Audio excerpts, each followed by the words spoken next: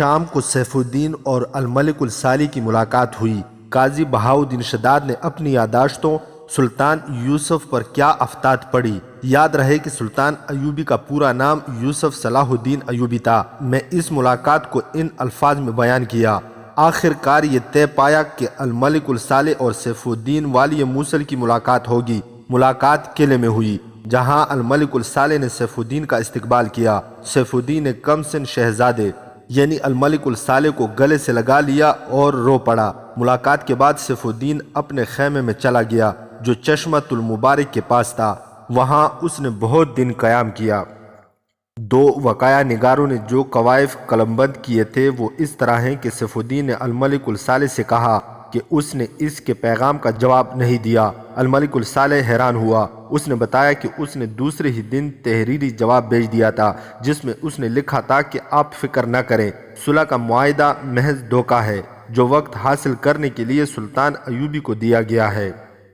مجھے آپ کا کوئی پیغام نہیں ملا۔ سیف الدین نے کہا، میں تو اس پر پریشان تھا کہ آپ نے صلاح الدین ایوبی کے ساتھ صلح کا معاہدہ کر کے غلطی کی ہے اور ہمیں دھوکہ دیا ہے۔ الملک الصالح کے ساتھ اس کے 2 سالار بھی تھے۔ انہوں نے اسی وقت اس آدمی کو بلایا جس سے پیغام دیا گیا تھا۔ اس نے بتایا کہ قاصد کون تھا۔ قاصد کو بلانے گئے تو معلوم ہوا کہ جس روز وہ پیغام لے کر گیا تھا اس روز کے بعد کسی کو نظر نہیں آیا۔ اس اطلاع پر باغ دوڑ شروع ہو گئی۔ قاصد کا کچھ پتہ نہ چلا۔ کسی کو بھی یہ معلوم نہ تھا کہ وہ کہاں کا رہنے والا ہے۔ وہ کہیں اکیلا رہتا تھا۔ وہاں اس کا سامان پڑا تھا، وہ خود نہیں تھا۔ یہ کسی کے وہم و گمان میں بھی نہیں تھا کہ اتنا اہم پیغام صلاح الدین ایوبی تک پہنچا دیا گیا ہے۔ یہ معاملہ الملک الصالح کے ساتھ صلیبی مشیروں تک پہنچا تو انہوں نے یہ فیصلہ دیا۔ قاصد صلاح الدین ایوبی کا جاسوس تھا یا سیف الدین کی طرف جاتے ہوئے قاصد ایوبی کے جاسوسوں یا چھاپا ماروں کے ہتھے چڑھ گیا، انہوں نے اسے قتل کر دیا ہوگا۔ اس کا نتیجہ یہ ہوگا کہ صلاح الدین ایوبی نے جنگی تیاریاں تیز کر دی ہوں گی۔ یہ بھی ہو سکتا ہے کہ وہ حملے میں پہل کر دے۔ اس کا یہ علاج ہے کہ تینوں فوجوں کو فوراً اکٹھا کیا جائے اور ایوبی پر حملہ کر دیا جائے۔ صلیبی یہی چاہتے تھے کہ مسلمانوں کے درمیان جنگ جاری رہے۔ ایک ہی دن میں موصل اور ہرن پیغام بھیج دیے گئے کہ افواج جس حالت میں ہیں حلب پہنچے۔ ہرن کے امیر گمشتگین نے کچھ پس و پیش کی لیکن سب کے درمیان بیٹھ کر وہ کھلی مخالفت نہ کر سکا۔ یہ فیصلہ بھی کیا گیا کہ تینوں افواج ایک ہائی کمانڈ کے تحت ہوں گی اور سپریم کمانڈر سیف الدین ہوگا۔ گمشتگین نے اپنی فوج شامل تو کر دی لیکن خود حلب میں رہنا پسند کیا۔ صاف ظاہر تھا کہ وہ سیف الدین کے ماتحت نہیں رہنا چاہتا تھا۔ 2-3 دنوں میں 3 فوجیں حلب میں جمع ہو گئی۔ صلیبیوں نے اسلحہ اور سامان بھیج دیا۔ انہوں نے مزید سامان کا وعدہ کیا اور افواج کو کوچ کرا دیا۔ حملے کا پلان عجلت میں بنایا گیا تھا۔ کوچ کو پوشیدہ رکھنے کے لیے نقل و حرکت رات کو کی گئی، دن کو پڑاؤ کرنا تھا۔ اس کے علاوہ یہ انتظام بھی کیا گیا کہ چھاپا ماروں کی خاصی تعداد کوچ کے راستے دائیں بائیں اس ہدایت کے ساتھ پھیلا دی گئی کہ کوئی مسافر بھی نظر آئے تو اسے پکڑ کر حلب بھیج دو تاکہ فوج کا کوچ خفیہ رہے۔ کوچ سے پہلے سیف الدین نے داؤد اور حارث کو بلایا، انہیں شاباش دی اور کہا کہ انہوں نے مشکل کے وقت میں اس کا ساتھ دیا ہے، جنگ کے بعد انہیں ترقی ملے گی اور انعام بھی۔ اس نے حارث سے کہا، تمہاری بہن کا میرے سر پر ایک قرض ہے، میں اس کے سامنے اس وقت جاؤں گا جب میں یہ قرض ادا کرنے کے قابل ہوں گا۔ حارث کو حیرت میں دیکھ کر اس نے کہا، فوجی نے کہا تھا کہ سلطان صلاح الدین ایوبی کی تلوار لے کر اور اس کے گھوڑے پر سوار ہو کر آؤ گے تو میں تمہارے ساتھ چلوں گی۔ حارث، میں اگر فاتح واپس آیا تو تمہاری بہن موصل کی ملکہ ہوگی۔ انشاءاللہ۔ حارث نے کہا، ہم آپ کو فاتح لائیں گے۔ کیا تینوں فوجیں اکٹھی جا رہی ہیں؟ ہاں، سیف الدین نے جواب دیا، اور میں تینوں کا سالار اعلیٰ ہوں گا۔ زندہ باد۔ داؤد نے کہا، اب بھاگنے کی باری صلاح الدین ایوبی کی ہے۔ داؤد اور حارث نے غلامانہ انداز سے جوشیلی باتیں کر کے اور فوجی کا نام بھی بار بار لے کر اس سے پلان کا خاکہ بھی معلوم کر لیا اور نقل و حرکت کا انداز بھی پوچھ لیا۔ تم دونوں اپنی فوج میں چلے جاؤ۔ سیف الدین نے کہا، میرا محافظ دستہ آ گیا ہے، میں تم دونوں کو ہمیشہ یاد رکھوں گا۔ تینوں فوجوں کا کوچ رات کو ہوا۔ داؤد اور حارث موصل کی ایک فوج کے جیش میں شامل ہو گئے تھے۔ حارث کو تو کئی سپاہی جانتے تھے کیونکہ وہ اسی فوج کا تھا۔ داؤد کے متعلق حارث نے بتایا کہ والی موصل کا بھیجا ہوا آدمی ہے۔ کوچ کی حالت میں کسی نے داؤد کے متعلق چھان بین نہ کی۔ رات کو تینوں فوجیں 3 کالموں میں چلتی رہیں۔ آدھی رات کے بعد علاقہ چٹانی آ گیا، جہاں کئی جگہوں پر کالم کی ترتیب گڈمڈ ہو گئی۔ داؤد نے حارث سے کہا، یہاں سے نکلو، موقع اچھا ہے۔ رات کے اندھیرے سے فائدہ اٹھاتے ہوئے دونوں نے گھوڑے آہستہ آہستہ ایک طرف کرنے شروع کر دیے اور فوج سے دور ہٹتے گئے۔ داؤد کی اسکیم یہ تھی کہ دور جا کر گھوڑے سرپٹ دوڑا دیں گے۔ دن کو تینوں افواج پڑاؤ کریں گی اور دونوں ترکمان پہنچ جائیں گے اور صلاح الدین ایوبی کو حملے کی خبر دے دیں گے۔ اس طرح اسے حملے کی اطلاع ایک دن پہلے مل جائے گی اور وہ دشمن کے استقبال کا انتظام کر لے گا۔ داؤد کو اپنی اسکیم کی کامیابی پر مکمل اعتماد تھا، مگر اسے یہ معلوم نہیں تھا کہ ارد گرد کے علاقے میں چھاپہ مار اور جاسوس پھیلا دیے گئے ہیں۔ وہ دونوں دور دائیں طرف نکل گئے۔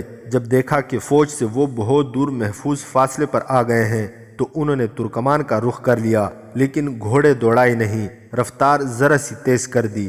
وہ گھوڑوں کو تھکانے سے بھی گریز کر رہے تھے، کیونکہ انہیں منزل تک رکے بغیر پہنچنا تھا۔ رات گزرتی جا رہی تھی، صبح کا اجالا نکھرنے لگا تو داؤد گھوڑے سے اترا اور ایک ٹیلے پر چڑھ کر اس طرف دیکھنے لگا جدھر افواج جا رہی تھی۔ اس سے دور گرد کے سوا کچھ نظر نہ آیا۔ اسے اطمینان ہو گیا کہ وہ افواج سے بہت دور ہے، مگر یہ اس کی غلطی تھی، اسے کوئی دیکھ رہا تھا۔ نیچے آ کر گھوڑے پر سوار ہوا اور دونوں نے گھوڑوں کی رفتار تیز کر دی۔ یہ ٹیلوں اور ریتلی چٹانوں کا علاقہ تھا۔ وہ 2 ٹیلوں کے درمیان سے گزر رہے تھے۔ آگے موڑ تھا۔ وہ موڑ پر پہنچے تو آگے سے 4 گھڑ سوار آ گئے۔ چاروں نے برچیاں ان کی طرف کر دیں اور رک گئے۔ گھوڑوں سے اترو، گھڑ سوار نے روب سے کہا۔ ہم مسافر ہیں، داؤد نے کہا۔ مسافر موصل کی فوج کی وردی میں نہیں ہوا کرتے، گھڑ سوار نے کہا۔ مسافروں کے پاس یہ ہتھیار نہیں ہوا کرتے جو تم نے اٹھا رکھے ہیں۔ تم جو کوئی بھی ہو، تمہیں ہمارے ساتھ حلب چلنا ہوگا، ہم تمہیں چھوڑ نہیں سکتے۔ گھوڑے موڑو۔ یہ حلب کے چھاپہ مار تھے جو مشکوک آدمیوں کو پکڑ کر حلب لے جانے کو تمام علاقے میں پھیلا دیے گئے تھے۔ گھڑ سواروں نے ان دونوں کو گھیرے میں لے لیا۔ داؤد نے حارث سے آہستہ سے کہا، وقت آ گیا ہے بھائی۔ حارث نے اپنے گھوڑی کی لگام کو جھٹکا دیا۔ گھوڑے نے اگلی دونوں ٹانگیں اٹھا دی۔ حارث نے ایڑ لگائی، گھوڑے نے جست لگائی۔ حارث نے سامنے والے گھڑ سوار کی سینے میں برچی اتار دی، لیکن اس کے بائیں جو سوار تھا اس کی برچی حارث کے کندھے میں اتر گئی۔ داؤد تجربہ کار چھاپہ مار تھا۔ اس نے گھوڑے کو ایڑ لگا کر وہیں سے گھمایا اور ایک اور سوار کو بے خبری میں لے لیا۔ وہ 4 تھے اور یہ 2۔ یہ جگہ گھوڑوں کی لڑائی کے لیے موزوں نہیں تھی، دونوں طرف ٹیلے تھے۔ تھوڑی دیر گھوڑے کودتے پھلانگتے رہے، برچیاں ٹکراتی رہی۔ حارث گھوڑے سے گر پڑا۔ داؤد کو بھی زخم آئے تھے، جن میں 2-3 گہرے تھے، لیکن اس نے ہوش ٹھکانے رکھے۔ آخر 4 سوار مارے گئے یا شدید زخمی ہو کر گر پڑے۔ داؤد بھی شدید زخمی تھا۔ اس نے دیکھا کہ معرکہ ختم ہو گیا تو اس نے حارث کے گاؤں کا رخ کر لیا۔ حارث کو دیکھنے کی ضرورت محسوس نہیں کی۔ اسے یقین تھا کہ وہ مر گیا ہے اور اسے یہ بھی یقین تھا کہ وہ خود بھی مر جائے گا، لیکن وہ سلطان ایوبی کو حملے سے قبل از وقت خبردار کرنے کے لیے زندہ رہنے کی کوشش کر رہا تھا۔ اس کا خون اتنا زیادہ بہہ گیا تھا کہ اس کی ذہن اور گھوڑے کی پیٹھ بھی لال ہو گئی تھی۔ اس نے اندازہ کر لیا کہ ترکمان دور ہے اور حارث کا گاؤں قدرے کم دور۔ اس کی نظر حارث کے باپ پر تھی۔ اسے امید تھی کہ وہ زندہ پہنچ گیا تو بوڑھے سے کہے گا کہ اپنے شہید بیٹے کی روح کی تسکین کے لیے ترکمان پہنچو اور سلطان ایوبی کو خبردار کر دو۔ اس نے گھوڑے کو ایڑ لگا دی۔ گھوڑا جتنا زیادہ ہلتا تھا، داؤد کے جسم سے خون اتنا ہی زیادہ نکلتا تھا۔ پیاس سے اس کے حلق میں کانٹے چبھ رہے تھے۔ اس کی آنکھوں کے آگے اندھیرا چھانے لگا۔ وہ سر کو جھٹک جھٹک کر راستہ دیکھنے کی کوشش کرتا تھا۔ اس نے آیت کریمہ کا ورد شروع کر دیا اور تھوڑے تھوڑے وقفے کے بعد آسمان کی طرف منہ کر کے بلند آواز سے کہتا، زمین و آسمان کے مالک، تجھے اپنے رسول صلی اللہ علیہ وآلہ وسلم کا واسطہ، مجھے تھوڑی سی زندگی عطا کر دے۔ اس کے نیچے گھوڑا بڑی اچھی چال دوڑتا جا رہا تھا، مگر داؤد کے زخم کھلتے جا رہے تھے اور وہ محسوس کر رہا تھا جیسے اس کے جوڑ بھی الگ ہو رہے ہوں۔ ایک بار تو اس کا سر ایسا ڈولا کہ وہ گھوڑے سے گرتے گرتے بچا۔ وہ چونک کر سنبھل گیا۔ وہ ایک بار پھر گھوڑے سے گرنے لگا۔ اس نے سنبھلنے کی کوشش کی مگر سنبھل نہ سکا۔ اسے اپنے پاؤں کے نیچے زمین محسوس ہوئی۔ اس کی آنکھوں کے آگے اندھیرا تھا۔ وہ ذرا سا اپنے آپ میں آیا تو اسے پتہ چلا کہ یہ رات کا اندھیرا ہے اور اسے کسی نے تھام رکھا ہے۔ اسے وہ دشمن سمجھ کر آزاد ہونے کی کوشش کرنے لگا تو اس کے کانوں میں ایک نسوانی آواز پڑی، داؤد تم گھر میں ہو، گھبراؤ نہیں۔ اس نے آواز پہچان لی، یہ فوجی کی آواز تھی۔ وہ غشی کی حالت میں منزل پر پہنچ گیا تھا۔ آیت کریمہ نے اس سے روح کی روشنی عطا کی تھی۔ بابا کہاں ہیں؟ اس نے اندر جا کر پوچھا۔ وہ باہر چلے گئے ہیں، فوجی نے کہا، وہ کل یا پرسوں آئیں گے۔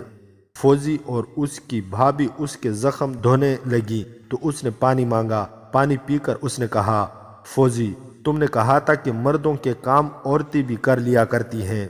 وہ رک رک کر بڑی مشکل سے بول رہا تھا، میرے زخم نہ دھو، بیکار ہے، میرے اندر خون نہیں رہا۔ میں ٹھیک ہوتا تو برداشت نہ کرتا کہ تمہیں اس گھر سے باہر جانے دیتا، مگر یہاں مسئلہ میری اور تیری ذات کا نہیں، یہ ایک امانت کا مسئلہ ہے۔ یہ ہمارے رسول صلی اللہ علیہ وآلہ وسلم کی ناموس کا مسئلہ ہے۔ اس نے فوجی کو ترکمان کا راستہ سمجھایا اور اسے پیغام دیا کہ حلب، ہرن اور موصل کی فوجیں کس طرح مشترکہ کمان میں حملے کے لیے آ رہی ہیں، کدھر سے آ رہی ہیں اور ان کا پلان کیا ہے۔ اس نے فوجی کو بتایا کہ اس کا بھائی اس فرض کی ادائیگی میں شہید ہو گیا ہے۔ فوجی تیار ہو گئی اور اس کے ساتھ حارث کی بیوی بھی تیار ہو گئی۔ ایک گھوڑا گھر میں تھا، دوسرا داؤد کا تھا۔ فوجی اور اس کی بھابھی داؤد کو اس حالت میں چھوڑ کر جانے سے گھبرا رہی تھی۔ فوجی، داؤد نے نحیف آواز میں کہا، میرے قریب آؤ۔ وہ اس کے قریب آئی تو اس نے لڑکی کا ہاتھ تھام کر اور مسکرا کر کہا، رائے حق کے مسافروں کی شادیاں آسمانوں میں ہوا کرتی ہیں، ان کی باراتیں کہکشاں کے راستے جایا کرتی ہیں۔ ہماری شادی کی خوشی میں آسمان پر ستاروں کی چراغاں ہوگی۔ اور اس کا سر ایک طرف لڑک گیا۔ فوجی نے اسے ہلایا مگر اس کی بارات کہکشاں کے راستے چل پڑی تھی۔ فوجی کو داؤد سب کچھ بتا کر شہید ہوا تھا۔ فوجی اور اس کی بھابھی نے گھر اللہ کے حوالے کیا، گھوڑے پر زین ڈالی اور اس پر فوجی کی بھابھی سوار ہو گئی۔ فوجی نے داؤد کے گھوڑے کو پانی پلایا اور سوار ہو گئی۔ زین پر خون کی تہ جمی ہوئی تھی۔ دونوں گھوڑے گاؤں سے نکل گئے۔ دونوں لڑکیاں اللہ کے بھروسے جا رہی تھی، اس راستے سے واقف نہیں تھی۔ داؤد نے فوجی کو ایک ستارہ سمجھا دیا تھا، وہ اس ستارے کی رہنمائی میں چلتی گئی۔ ادھر تینوں افواج دن بھر قیام کر کے رات کو چل پڑی تھی۔ ترکمان زیادہ دور نہیں تھا۔ سلطان ایوبی ترکمان میں آنے والے طوفان سے بے خبر تھا۔ اس نے دیکھ بھال کا انتظام کر رکھا تھا مگر اس کے دشمن نے بھی اب کے اچھے انتظامات کیے تھے۔ اس نے اپنے چھاپاماروں کو بتا دیا تھا کہ ترکمان کے قریب انہیں سلطان ایوبی کے ایسے آدمی ملیں گے جو دیہاتی لباس میں یا خانہ بدوشوں کے بھیس میں ہوں گے اور وہ دیکھ بھال کر رہے ہوں گے۔ مورخ لکھتے ہیں کہ صلاح الدین ایوبی کا اس طوفان سے بچنا ممکن نظر نہیں آتا تھا۔ اس کا بے خبری میں دبوچے جانا یقینی تھا۔ اپنے سالاروں سے وہ کہہ رہا تھا کہ حلب، ہرن اور موصل والے اتنی جلدی حملہ کرنے کے قابل نہیں ہو سکتے، حالانکہ اسے سیف الدین کی طرف سے الملک الصالح کا بھیجا ہوا پیغام مل گیا تھا۔ فوجی اور اس کی بھابھی پر جیسے دیوانگی طاری تھی۔ انہیں یہ احساس ہی نہیں رہا تھا کہ وہ مستورات ہیں اور ان کے راستے میں کیسے کیسے خطرے ہیں۔ رات انہوں نے گھوڑوں پر گزار دی۔ صبح کا نور پھیلنے لگا تو وہ ٹیلوں اور ریتیلی چٹانوں کے قریب سے گزر رہی تھی۔ فوجی نے ایک چٹان کے سہارے ایک آدمی کو بیٹھے دیکھا۔ اس کے کپڑے خون سے لال ہو گئے تھے، اس کا سر ڈھلک گیا تھا۔ فوجی نے اپنی بھابھی سے کہا کہ کوئی زخمی معلوم ہوتا ہے لیکن رکیں گے نہیں، معلوم نہیں کون ہے۔ انہیں اس کے قریب سے گزرنا تھا۔ وہ آدمی اٹھنے کی کوشش کر رہا تھا۔ گھوڑے قریب گئے تو فوجی نے چیخ کر کہا، حارث، اور وہ گھوڑے سے کود گئی۔ وہ حارث تھا۔ وہ شہید نہیں ہوا تھا لیکن اس کا زندہ رہنا بھی معجزہ تھا۔ اس کے جسم پر برچیوں کے بہت سے زخم تھے۔ لڑکیوں نے گھوڑے کے ساتھ پانی کے چھوٹے چھوٹے مشکیزے باندھ رکھے تھے۔ انہوں نے حارث کو پانی پلایا۔ اسے ذرا سا ہوش آیا تو اس نے پوچھا، میں گھر میں ہوں، داؤد کہاں ہے؟ فوجی نے اسے ساری بات بتا دی اور بتایا کہ وہ اس وقت کہاں ہے اور کدھر جا رہی ہیں؟ حارث نے کہا مجھے گھوڑے پر ڈال لو اور ترکمان کی طرف گھوڑے دوڑا دو۔ دونوں لڑکیوں نے اسے گھوڑے پر بٹھا دیا۔ فوزی اس کے پیچھے بیٹھ گئی۔ حارث روح کی قوت سے زندہ تھا، ورنہ اس کے جسم میں خون کا ایک قطرہ نہیں بچا تھا۔ یہ فرض کی لگن کا کرشمہ تھا۔ فوزی نے اس کی پیٹھ اپنے سینے سے لگا رکھی تھی اور اسے ایک بازو سے پکڑا ہوا تھا۔ وہ سرگوشیوں میں فوزی کو راستہ بتا رہا تھا۔ سلطان ایوبی کی دشمن افواج سیف الدین کی کمان میں ترکمان کے قریب پہنچ رہی تھی۔ ادھر فوزی، حارث اور حارث کی بیوی ایک محفوظ سمت سے ترکمان کی طرف جا رہی تھی۔ افق سے آسمان گہرا بادامی ہوتا جا رہا تھا اور یہ رنگ اوپر ہی اوپر اٹھتا جا رہا تھا۔ فوزی کی بابی نے افق کی طرف دیکھا تو اس نے گھبرا کر چلا کر کہا فوزی ادھر دیکھو۔ حارث نے سرگوشی کی۔ کیا ہے فوزی؟ آندھی، فوزی نے کہا اور اس کے دل پر گھبراہٹ طاری ہو گئی۔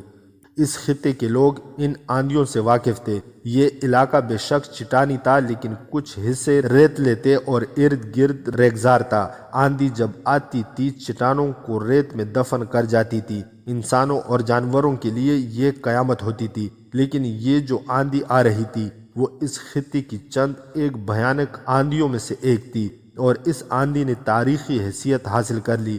میجر جنرل ریٹائرڈ محمد اکبر نے اپنی انگریزی کتاب گوریلا وارفیئر میں چند ایک یورپی مورخوں اور مسلمان وقائع نگاروں کے حوالے دے کر لکھا ہے جس روز الملک الصالح گمشتگین اور سیف الدین کی متحدہ افواج سلطان صلاح الدین ایوبی پر بے خبری میں حملہ کرنے کے لیے ترکمان کے قریب پہنچ گئی تو ایسی آندھی آئی کہ اپنی ناک سے ایک بالشت آگے کچھ نظر نہیں آتا تھا۔ سلطان ایوبی کو معلوم نہیں تھا کہ اس آندھی میں اس پر ایک اور طوفان آ رہا ہے۔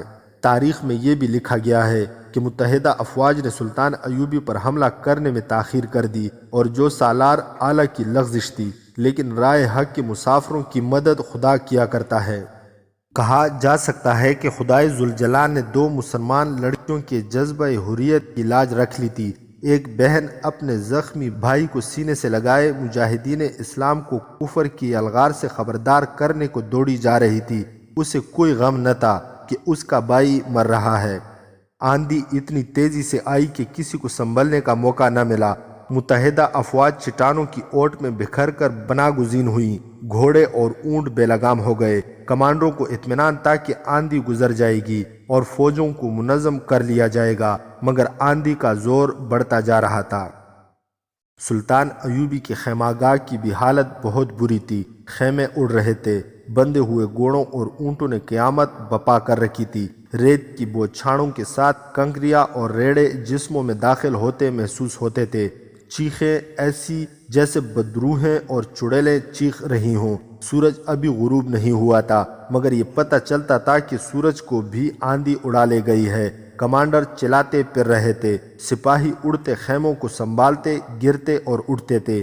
3-4 سپاہی ایک چٹان کی اوٹ میں دب کے بیٹھے تھے۔ ایک گھوڑا جو آہستہ آہستہ چل رہا تھا ان پر چڑھ گیا۔ سپاہیوں نے ادھر ادھر گرتے چلا چلا کر کہا گھوڑا روکو بدبخت، کہیں اوٹ میں ہو جاؤ۔ گھوڑا رکا تو ایک سپاہی نے اپنے ساتھیوں سے کہا کچھ اور نہ کہنا، عورت ہے۔ ایک اور نے کہا یہ 2 عورتیں ہیں۔ وہ فوزی اور اس کی بھابھی تھی۔ سپاہیوں نے یہ سمجھ کر کہ آندھی میں راستہ بھول کر ادھر آ نکلی ہیں، ان کے گھوڑوں کی باگیں پکڑ لی اور انہیں چٹان کی اوٹ میں کرنے لگے۔ ہمیں سلطان ایوبی تک پہنچاؤ، فوزی نے آندھی کی چیخوں میں چلا کر کہا۔ سلطان صلاح الدین ایوبی کہاں ہے؟ ہم بہت ضروری پیغام لے کر آئی ہیں، ورنہ سب مارے جاؤ گے۔ سپاہیوں نے گھوڑے پر ایک لہو لہان زخمی کو بھی دیکھ لیا تھا۔ انہوں نے گھوڑوں کی باگیں پکڑی اور بڑی ہی مشکل سے سلطان ایوبی کے خیمے تک پہنچے، مگر وہاں کوئی خیمہ نہیں تھا۔ خیمہ اڑ گیا تھا۔ ایک کمانڈر نے دیکھ لیا اور لڑکیوں کو سلطان ایوبی تک لے گیا۔ سلطان ایک عمودی چٹان کی اوٹ میں بیٹھا تھا۔ اس کی حفاظت کے لیے کناتیں تان دی گئی تھی۔ لڑکیوں کو دیکھ کر سلطان ایوبی تیزی سے اٹھا۔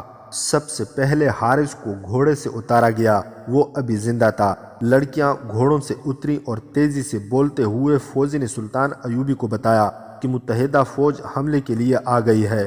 حارث نے سرگوشیوں میں ضروری باتیں بتائیں اور وہ بولتے بولتے ہمیشہ کے لیے خاموش ہو گیا۔ اس سے کچھ دیر بعد آندھی کا زور تھمنے لگا۔ سلطان ایوبی نے اپنے سالاروں کو بلایا اور حکم دیا کہ خیمے سنبھالنے کی ضرورت نہیں، سپاہیوں کو جیشوں اور دستوں میں اکٹھا کرو، چھاپا مار دستے فوراً بلاؤ۔ اس نے سالاروں کو بتایا کہ کیا ہونے والا ہے اور رات کے اندر اندر کیا کیا نقل و حرکت کرنی ہے۔ آندھی کا زور کچھ اور کم ہو گیا، لیکن رات کا اندھیرا پھیل گیا۔ سیف الدین کی متحدہ افواج اپنے آپ کو سنبھالنے میں مصروف ہو گئی۔ بہت سے سپاہی سو گئے۔ رات کا حملہ اس بد نظمی کی وجہ سے ملتوی کر دیا گیا۔ جانور بھی ادھر ادھر بھاگ دوڑ رہے تھے۔ آدھی رات کے بعد افواج پر نیند کا غلبہ طاری ہو گیا۔ سلطان ایوبی کا کیمپ جاگ رہا تھا اور وہاں بے پناہ سرگرمی تھی۔ سیف الدین کو معلوم ہی نہیں ہو سکا کہ اس کے دائیں اور بائیں سے 2-3 میل دور اس فوج کا حصہ گزرتا جا رہا ہے جسے وہ بے خبری میں تباہ کرنے آیا تھا۔ صبح طلوع ہوئی۔ متحدہ افواج بری طرح بکھری ہوئی تھی، رسد اڑ گئی تھی۔ بعض گھوڑوں نے منہ زور ہو کر سپاہیوں کو کچل ڈالا تھا۔ افواج کو عجلت سے منظم کیا گیا۔ آدھے سے زیادہ دن اسی میں گزر گیا۔ سیف الدین نے تینوں افواج کے سالاروں کو حکم دیا کہ چونکہ سلطان ایوبی بے خبر ہے، اس لیے سامان سے کھلا حملہ کر دیا جائے۔ دن کے پچھلے پہر حملہ کیا گیا۔ دائیں بائیں چٹانیں اور سرسبز ٹیلے تھے، ان سے حملہ آوروں پر تیروں کا می برسنے لگا۔ سامنے سے آگ کے گولے آنے لگے۔ آتش گیر مادی کی ہانڈیاں گرتی اور پھٹتی تھی۔ سیال مادہ بکھر جاتا تھا۔ اس پر جب منجنیقوں کے پھینکے ہوئے آگ کے گولے گرتے تھے تو زمین مہیب شعلے اگلتی تھی۔ حملہ رک گیا۔ سیف الدین نے افواج کو پیچھے ہٹا لیا اور حملے کی ترتیب اور اسکیم بدل دی، مگر اس کی افواج پیچھے ہٹی تو عقب سے ان پر ایسا شدید اور تیز حملہ ہوا کہ افواج کا شیرازہ بکھر گیا۔ یہ حملہ سلطان ایوبی کے اپنے مخصوص سٹائل کا تھا۔ حملہ آوروں کی تعداد تھوڑی تھی۔ گھوڑے سرپٹ دوڑتے آئے، سواروں کی برچھیاں اور تلواریں چلی اور وہ غائب ہو گئے۔ ایسے ہی حملے پہلوؤں پر ہوئے۔ سیف الدین کی مرکزی کمان ختم ہو گئی۔ رات آئی، حملے رات کو بھی جاری رہے۔ سیف الدین اور پیچھے ہٹا تو اس پر تیروں کی بوچھاڑیں آنے لگی۔ سلطان ایوبی کے چھاپا مار رات بھر سرگرم رہے۔ صبح ابھی دھندلی تھی جب سلطان ایوبی نے ایک چٹان پر چڑھ کر میدان جنگ کی کیفیت دیکھی۔ اس کے سامنے اب جنگ کا آخری مرحلہ تھا۔ اس نے قاصد کو اپنے ریزرو دستوں کے کمانڈر کی طرف دوڑا دیا۔ تھوڑی ہی دیر میں سرپٹ دوڑتے گھوڑوں نے زمین ہلا ڈالی۔ پیادہ دستے دائیں اور بائیں سے نکلے۔ اللہ اکبر کے نعروں سے آسمان پھٹنے لگا۔ سیف الدین کی افواج اس قابل نہیں رہی تھی کہ اس حملے کی تاب لا سکے۔ گھیرا بھی تھا اور گھیرا مکمل تھا۔ سامنے سے شدید حملہ آ گیا۔ سیف الدین کی افواج کا جذبہ تو ختم ہو چکا تھا۔ خود سیف الدین دل چھوڑ بیٹھا۔ وہ دیکھ رہا تھا کہ کمان اس کے ہاتھ سے نکل گئی ہے اور افواج لڑنے کے قابل نہیں رہی۔ سوار زخمی سپاہیوں کو رونتے رہے۔ آخر انہوں نے فردن ہتھیار ڈالنے شروع کر دیے۔ سلطان ایوبی کی وہ فوج جو سیف الدین کے عقب میں تھی آگے آ رہی تھی۔ دائیں بائیں سے چھاپا مار ہلے پہ ہلا بول رہے تھے۔ سیف الدین کی افواج شکنجے میں پس گئیں۔ سیف الدین کے مرکز تک پہنچے تو وہاں شراب کی سرائیوں کے سوا کچھ بھی نہیں تھا۔ وہاں سے جو قیدی پکڑے گئے انہوں نے بتایا کہ ان کا سالار اعلیٰ آخری بار ایک چٹان کی اوٹ میں دیکھا گیا تھا، پھر نظر نہیں آیا۔ اسے سلطان ایوبی کے حکم سے بہت تلاش کیا گیا مگر وہ کہیں بھی نظر نہ آیا۔ وہ نکل گیا تھا۔ اپنی افواج کو سلطان ایوبی کے رحم و کرم پر چھوڑ کر وہ بھاگ گیا تھا۔ رات ایک خیمے میں جو ترکمان کے سبزہ زار میں خاص طور پر نصب کیا گیا تھا، فوجی اپنے بھائی کی لاش کے پاس بیٹھی کہہ رہی تھی، میں نے خون کی ندیاں پار کر لی ہیں جس پر کوئی پل نہیں ہوتا۔ حارث، میں نے تمہارا فرض ادا کر دیا ہے۔